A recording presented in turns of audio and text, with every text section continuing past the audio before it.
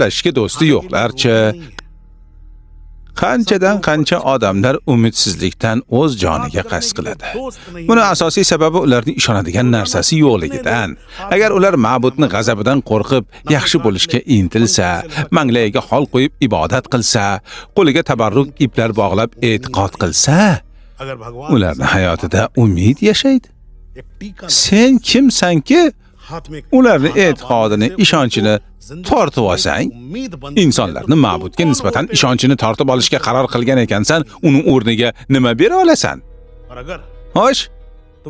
Yo'q, u tinmay takror va takror noto'g'ri raqam deb takrorlaydi. Bugun hammaga tushuntirguncha, to'g'ri raqaming qanday bo'ladi o'zi? Xo'sh? Ayt. Shunday mo'tabar odamlar bu yerga yig'ilgan. Ayt bizga.